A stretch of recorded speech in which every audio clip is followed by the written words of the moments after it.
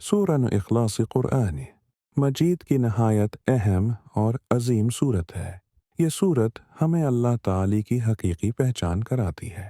اسلام کی بنیاد ہی توحید ہے اور سورہ اخلاص توحید کا خلاصہ ہے۔ یہ صورت ہمیں بتاتی ہے کہ ہمارا رب کیسا ہے اور ہمیں کس پر ایمان رکھنا چاہیے۔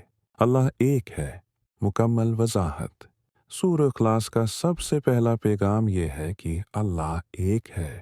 اللہ اپنی ذات میں بھی ایک ہے اور اپنی صفات میں بھی ایک ہے۔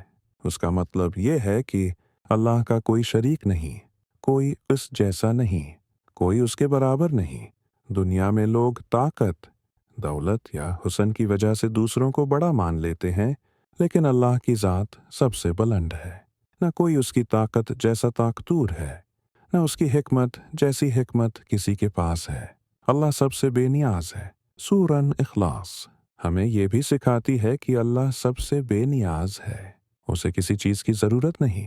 اللہ کو نہ کھانے کی ضرورت ہے، نہ سونے کی، نہ آرام کی، جبکہ ہم انسان سانس کے محتاج ہیں، پانی کے محتاج ہیں، ایک دوسرے کے محتاج ہیں۔ یہی فرق خالق اور مخلوق میں ہے۔ ہم سب اللہ کے محتاج ہیں، لیکن اللہ کسی کا محتاج نہیں۔ اللہ نہ کسی کی اولاد ہے، نہ کسی کا باپ۔ سورہ اخلاص میں ایک بہت بڑا عقیدہ واضح کیا گیا ہے کہ اللہ نہ کسی کی اولاد ہے اور نہ وہ کسی کا باپ ہے۔ دنیا میں ہر انسان کسی سے پیدا ہوا اور اس کی اولاد ہوتی ہے، لیکن اللہ ہمیشہ سے ہے، ہمیشہ رہے گا۔ اس کی نہ ابتدا ہے، نہ انتہا۔ اولاد ہونا کمزوری کی علامت ہے اور اللہ ہر کمزوری سے پاک ہے۔ اللہ جیسا کوئی نہیں۔ سورہ اخلاص ہمیں یہ بھی بتاتی ہے کہ اللہ جیسا کوئی نہیں۔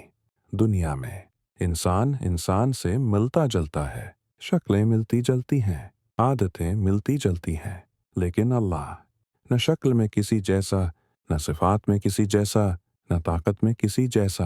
اسی لیے ہم اللہ کا تصور بھی اپنی عقل سے مکمل نہیں کر سکتے۔